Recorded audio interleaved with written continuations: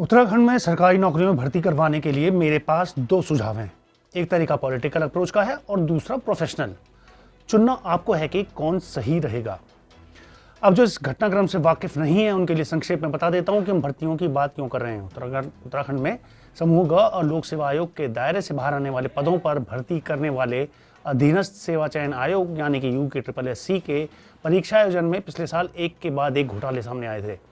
उसके बाद राज्य सरकार ने उत्तराखंड लोक सेवा आयोग को परीक्षाएं करने का जिम्मा सौंपा था, लेकिन पटवारी भर्ती परीक्षा का पेपर लीक होने के बाद आयोग की करवाई पुरानी परीक्षाओं पर भी सवालिया निशान लग गया है। खबरों के अनुसार इससे पहले परीक्षाओं के आयोजन में UBTR और पंतनगर यूनिवर्सिटी पर भी प्रश्न चिन्ह लग चुका है। ऐसे में अब सवाल ये पूछा जा रहा है कि उत्तराखंड में सरकारी नौकरियों के लिए परीक्षाएं करवाएगा कौन। लेकिन मुझे लगता है कि उत्तराखंड के लिए सवाल गलत है। उत्तराखंड के संदर्भ में सवाल ये होना चाहिए कि परीक्षाएं करवाएं ही क्यों। देखिए अभी तक क्या हो रहा है। सालों साल बेरोजगार युवा सरकारी नौकरी की परीक्षा देने के लिए तैयारी करते हैं। एक तो परीक्षाएं समय पर आयोजित होती नहीं है और हो जाती हैं तो पता चलता है कि पेपर तो लीक हो गया था।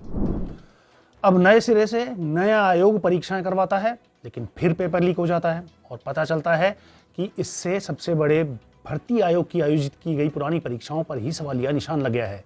उन परीक्षाओं पर भी जिनसे गुजरकर कई लोग सरकारी अधिकारी बन चुके हैं, अब उनकी नौकरियों पर भी संकट आ गया है। मुझे लगता है ये सब तुरंत बंद होना चाहिए और सरकारी नौकरियों में भर्ती करने की जिम्मेदारी ऐसे दो अनुभवी लोगों को दी जानी चाहिए जिनकी की गई भर्तियों में न कोई पेपर लीक हुआ और न ही परीक्षा का झंझट हुआ। ये दो महानुभाव हैं पूर्व विधानसभा अध्यक्ष गोविंद सिंह कुंजवाल और प्रेमचंद अग्रवाल। इनका तरीका सीधा और स्पष्ट रहा। न परीक्षा का आयोजन, न लीकेज का खतरा, न फालतू की STF की मगजमारी। एक सादे कागज पर लिखो कि मुझे नौकरी दे दो और नौकरी पालो, छुट्टी। भैया आप सबसे छोटी नौकरियों के लिए इतने झंझट करते हो, जबकि उत्तराखंड ने तो सबसे बड़ी नौकरी तक के लिए परीक्षा का कोई मानदंड रखा ही नहीं है। राज्य के मुख्यमंत्री तक का चयन विधानसभा भर्तियों की तरह होता है। चुनाव होता है तो पता ही नहीं होता कि कौन मुख्यमंत्री बनेगा। मतलब परीक्षा ही नहीं होती, चुनाव लड़े कोई, मुख्यमंत्री बने कोई। पहले चुनी हुई सरकार के मुख्यमंत्री से जो परंपरा शुरू हुई वो अब तक कायम है। चुनाव अभियान का नेतृत्व किया हरीश रावत ने और मुख्यमंत्री बना दिया गया नारायण दत्त तिवारी को, जो उत्तराखंड जैसे छोटे राज्य का मुख्यमंत्री बनना अपनी शान के खिलाफ समझते थे। खैर, अब वापस हम वर्तमान में आ जाते हैं। जब मुख्यमंत्री पुष्कर सिंह धामी खुद ही चुनाव हार गए, मतलब ऐसा मानने की परीक्षा में फेल हो गए, तो वो भी मुख्यमंत्री बन गए। यूं समझो कि फेल हो चुके परीक्षार्थी के लिए दोबारा से परीक्षा का आयोजन करवाकर उसे पास करवाया गया और फिर बना दिया गया मॉनिटर या डिपार्टमेंट हेड। इसलिए उत्तराखंड ने मुख्यमंत्री से विधानसभा कर्मचारियों तक परीक्षा का झंझट पाला ही नहीं। कहीं पर्ची पर लिखवाकर नौकरी दे दी तो कहीं कह सुनकर। दूसरा तरीका भी उत्तराखंड का एक्सक्लूसिव है। पिछला साल खत्म होते होते उत्तराखंड ने एक अमेरिकी कंसल्टेंसी कंपनी मैकेंजी ग्लोबल के साथ राज्य की GDP दोगुना करने के लिए करार किया।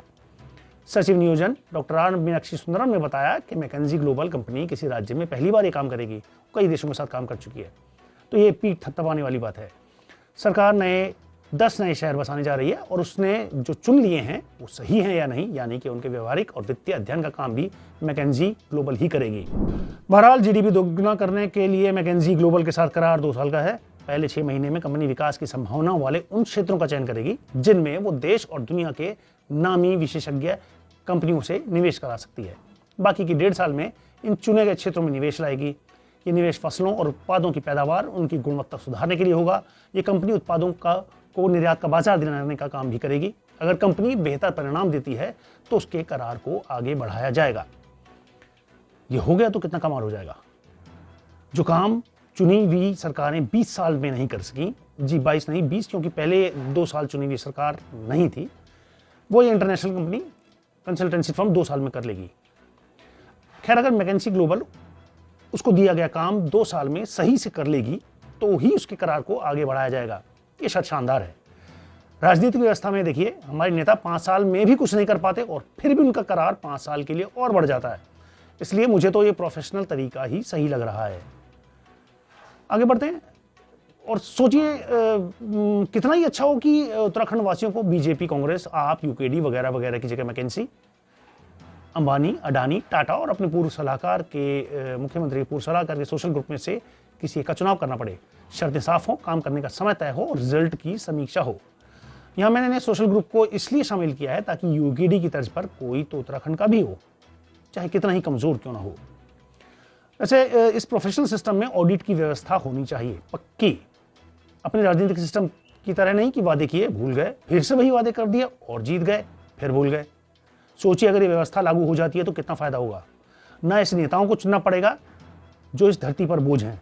बड़ा फायदा ये होगा कि इन नेताओं की नई गाड़ियों का, उनके बंगलों का, उनकी तनख्वाह का, उनके भत्तों का, उनके मातहतों का, उनकी पेंशन का, उनके झगड़ों का, उनके मेल मिलाप का खर्च भी नहीं उठाना पड़ेगा।